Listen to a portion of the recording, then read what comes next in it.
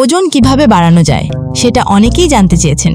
আজকের ভিডিওতে একদম ভেঙে ভেঙে বলবো ওজন বাড়াতে সকাল দুপুর রাতে কি খাবেন, কোন ধরনের ব্যায়াম করবেন, আর তারপর বলবো খুবই গুরুত্বপূর্ণ কিছু সতর্কতা, যেমন কিছু রোগের কারণে ওজন কম থাকতে পারে এবং সেক্ষেত্রে ডাক্তার দেখানো প্রয়োজন।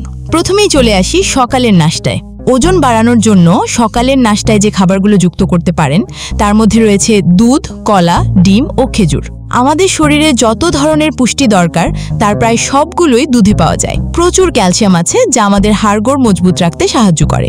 কলায় ভিটামিন B6 আছে, রোগ প্রতিরোধ ক্ষমতায় সাহায্য করে। ভালো পরিমাণে ফাইবার আছে যা আমাদের হজমে সাহায্য করে। কলা খুব সহজলভ্য, বাজারে সব সময় পাওয়া যায়। ডিমকে অনেকে বলে প্রকৃতির মাল্টিভিটামিন। এতে ভিটামিন A আছে যা আমাদের চোখে স্বাস্থ্য ভালো রাখে। ভিটামিন B2 আছে যা আমাদের ত্বককে ভালো রাখে। খেজুর একটা অসাধারণ ফল। ক্যালসিয়াম, ম্যাগনেসিয়াম আছে যা হাড়ের স্বাস্থ্য ভালো রাখে। আয়রন আর ফলিক অ্যাসিড আছে যা রক্ত তৈরিতে সাহায্য করে। আমি এই যে খাবারগুলোর কথা বললাম, দুধ, কলা, ডিম, খেজুর, এগুলো সকালেই খেতে হবে বা প্রতিদিনই খেতে হবে এমন না। আমি বুঝিয়ে বলার চেষ্টা করছি ওজন বাড়াতে কেন এই খাবারগুলো খাবেন।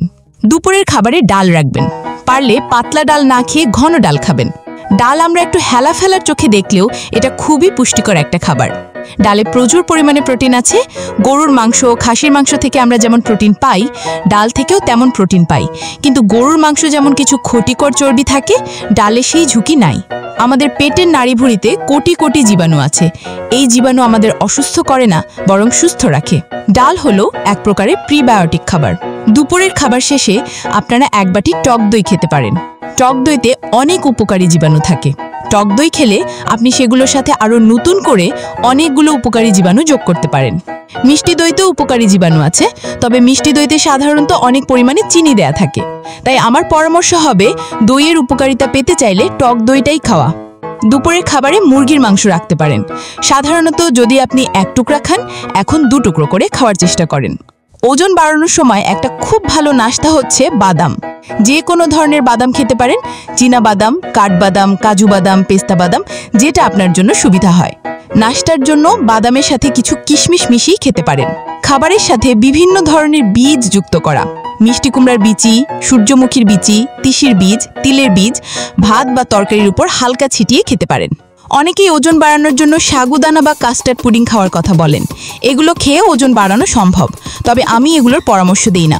সাগু প্রায় পুরোটাই শর্করা।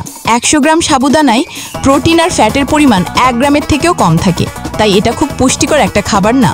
আমি দেখিয়ে দিচ্ছি কোন খাবারে কতটুকু পরিমাণে কত ক্যালোরি থাকে। মিলিয়ে নেবেন যাতে দিনে অতিরিক্ত 300 থেকে 500 ক্যালোরি খাওয়া হয়। এর চেয়ে বেশি ক্যালোরি খেলে আরও দ্রুত ওজন বাড়বে। তবে দ্রুত ওজন বাড়ানোর চেয়ে ধীর গতিতে ওজন বাড়ানো উত্তম। দ্রুত ওজন বাড়ালে শরীরে অতিরিক্ত চর্বি জমার সম্ভাবনা থাকে। ওজন বাড়াতে খুব ভালো ব্যায়াম হচ্ছে স্ট্রেংথ ট্রেনিং। শরীর মাসেল বৃদ্ধিতে সাহায্য করে। এর জন্য আপনাকে জিমেই যেতে হবে এমন না, বাসাতেই শুরু করতে পারেন। ওজন বাড়ানোর সময় আপনি নিয়মিত ব্যায়াম করবেন, তাহলে অতিরিক্ত ক্যালোরি খাওয়ার ফলে শরীরে শুধু চর্বি জমার সম্ভাবনা কমবে। একজন প্রাপ্তবয়স্ক মানুষের সুস্থ থাকার জন্য সপ্তাহে অন্তত 2.5 ঘন্টা ব্যায়াম করা প্রয়োজন। ব্যায়াম করার অভ্যাস একদমই না থাকলে অল্প অল্প করে শুরু করবেন। এবার আসি সতর্কতায়, এটা একটু মনোযোগ দিয়ে শুনবেন। প্রথম সতর্কতা হলো আপনার ওজন বাড়ানোর দরকার কিনা সেটা বোঝা। যাদের ওজন স্বাভাবিকের চেয়ে কম, তাদের ওজন বাড়িয়ে স্বাভাবিকে আনা প্রয়োজন। কিছু রোগের কারণে ওজন কম হতে পারে, সেই ক্ষেত্রে চিকিৎসা প্রয়োজন। শারীরিক কিছু রোগ আছে, যেমন থাইরয়েডের সমস্যা, ডায়াবেটিস ইত্যাদি। আবার কিছু মানসিক রোগের কারণেও কিন্তু ওজন কমে যেতে পারে, যেমন ডিপ্রেশন, অ্যানোরেক্সিয়া, বুলিমিয়া ইত্যাদি। তাই ওজন বাড়ানোর চেষ্টা করার আগে প্রথমেই আপনি একজন চিকিৎসকের পরামর্শ নেবেন।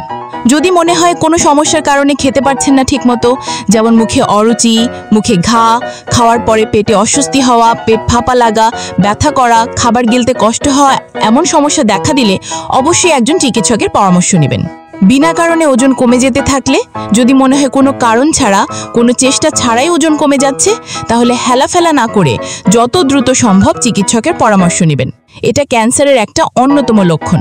ওজন বাড়ানোর জন্য নিজে নিজে কোনো ওষুধ খাবেন না।